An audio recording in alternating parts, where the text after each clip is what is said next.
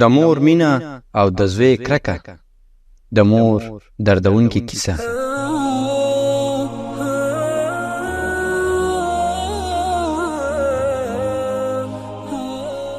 د مور د لاسه د شیدو ګیلاس پر ځمکه پریوته او مات شو. زوی یې په مور باندې وربرک شو او خپل زړه یې ورباندې تش کړ چې ګیلاس دې ولې مات کړ، او بیا د غصې په حالات کې د کوټې ووت. مور چې د زوی غصه ولیده نو د خپل زوی د ماشومتوب دورې د فلم په څیر ذهن کې را تیر شوه. د خپل زوی ماشومتوب او ځوانۍ باندې زغرنده نظر تیر کړ او ډیره خفه شوه. بالاخره کاغذ او قلم یې پر ږدیدلي لاس را واخیستل او خپل زوی ته یو پیغام د اوښکو په باران کې ولیکه او بیا کټ کې ویده شوه. کله چې زوی یې بیرته راغی نو مور یې ویده وه او لاس کې لوند کاغذ نیولی و. زوی یې کاغذ ترېنه واخیسته او لاندې پیغام پکې لیکل شوی و: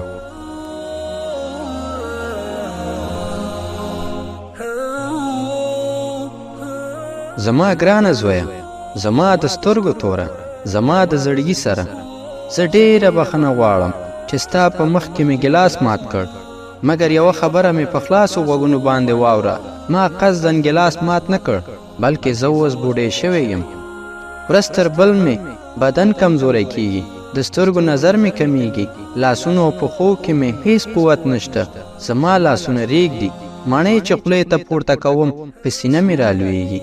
د ځوانۍ په شان خپل کالي پاک نشم ساتلی تر څو چې خوشبویي استعماله کړم او خپل نظافت ته پاملرنه وکړم.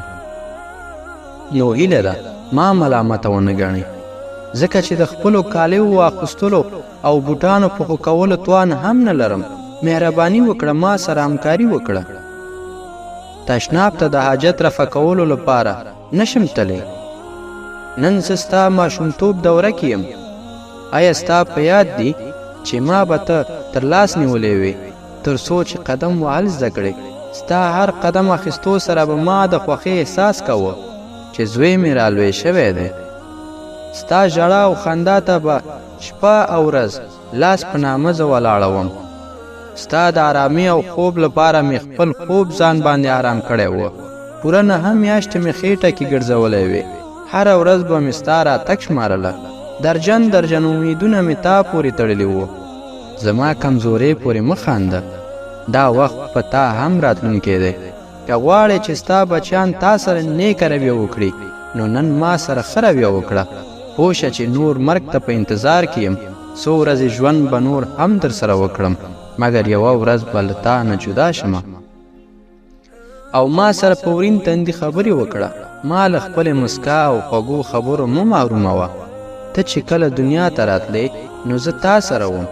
اوس چې زه درنه روانه یم نو ته هم ما سره اوسه.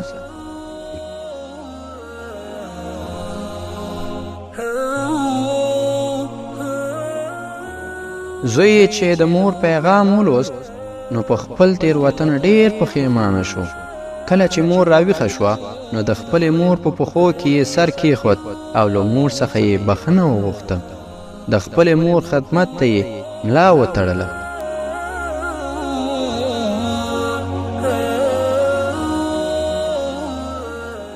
ګرانو خویندو او ورونو، د مور او پلار سره نیکي او بدي کول یوه کیسه ده چې تاسې به یې خپله لیکې او ستاسې بچیان به تاسې ته روایت کوي. نو اوس خوښه ستاسې ده چې ځان لپاره ښه رویه انتخابوئ او که بده، څه چې کرئ هغه به ریبئ.